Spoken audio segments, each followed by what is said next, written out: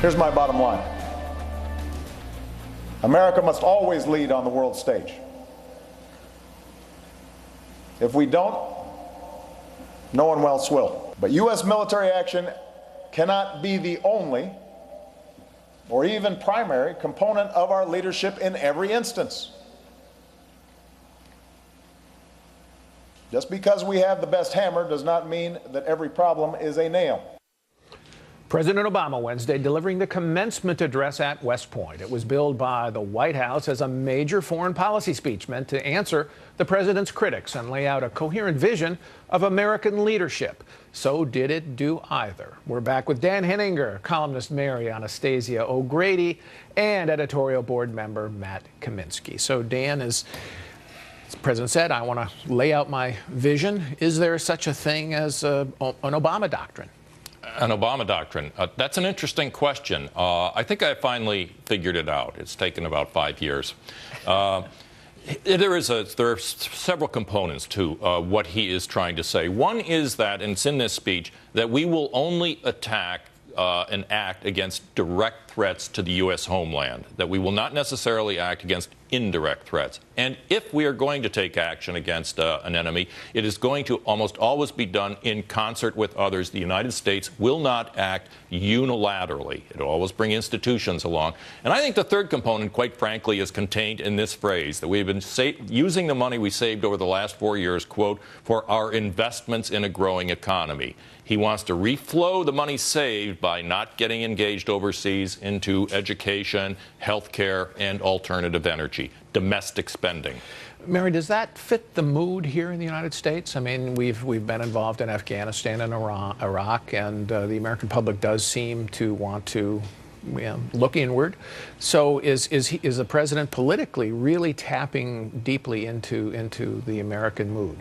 I think he is, but it's hard to know whether that's cause or effect. I mean, he hasn't shown any leadership as to, what is in the U.S. interest around the world and how we should act. So people, I think, are less inclined to get behind somebody who they don't feel confident about and go into a battle. I mean, his biggest military victory is his retreat from Iraq. That's his victory. Well, he would say we got Osama bin Laden. We prosecuted the war with drones against Al Qaeda. He would point to that. Well, as far as military intervention goes, we lost a lot of blood and treasure in Iraq, and we won. We had established a base there, and he gave it back.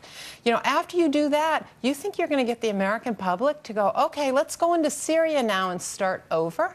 And that's what he's reflecting, that people don't want to do that. But I think a lot of it has to do with the fact that they don't want to go into battle behind him. Okay. Matt, one of the points the president made was that he cited as an example of a successful American diplomacy and coalition building what happened in Ukraine, getting monitors in there to help with the election and try to separate the two sides, the Russian nationalists and the Ukrainians. You just returned from Ukraine. How does it look on the ground? Well, I was in eastern Ukraine, in Donetsk, which is basically a kind of a badlands of Ukraine with no Ukrainian authority. So on Sunday you had an election that went very well, but there was no election in that part of Ukraine, which basically meant that 4 million people couldn't vote. And the Crimeans couldn't vote because they've been annexed by Russia. But is it a successful example of diplomacy? It is certainly. The president cited. I mean, it's certainly not. I think he's saying that I'm building coalitions, but I still have yet to find an example of where a coalition has worked. It hasn't worked in Ukraine in stopping the Putin's ability to take over chunks of that country and really destabilizing that country. It hasn't worked in Syria either, where he didn't build a coalition to do anything to push back Assad or help the rebels.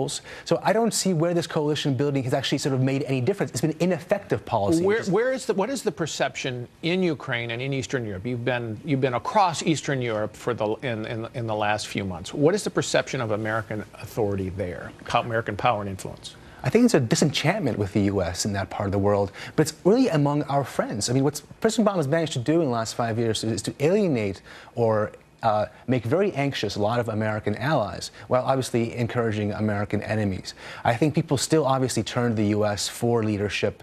Europe is not there yet, but it's true across the board. It's true in Europe, it's true in the Middle East, it's true in East Asia. It's also true in Pakistan and Afghanistan, where this week he announced he's put basically 0 troops in Afghanistan by 2016. Direct quote from the speech. From Europe to Asia, we are the hub of alliances unrivaled in the history of nations. It's not true. Our allies at the moment do not trust. Saudi Arabia has separated itself from the United States.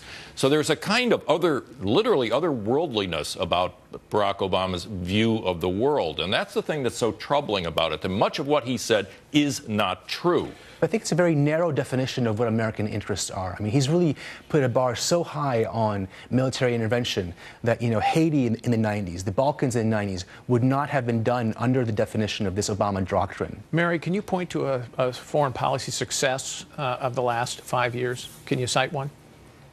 Well, as I say, the retreat from Iraq is one. I guess he got Osama bin Laden. But I think one of the reasons why the U.S. looks so weak is because our economy is weak. And he also has a lot of responsibility there. All right, Mary, thank you.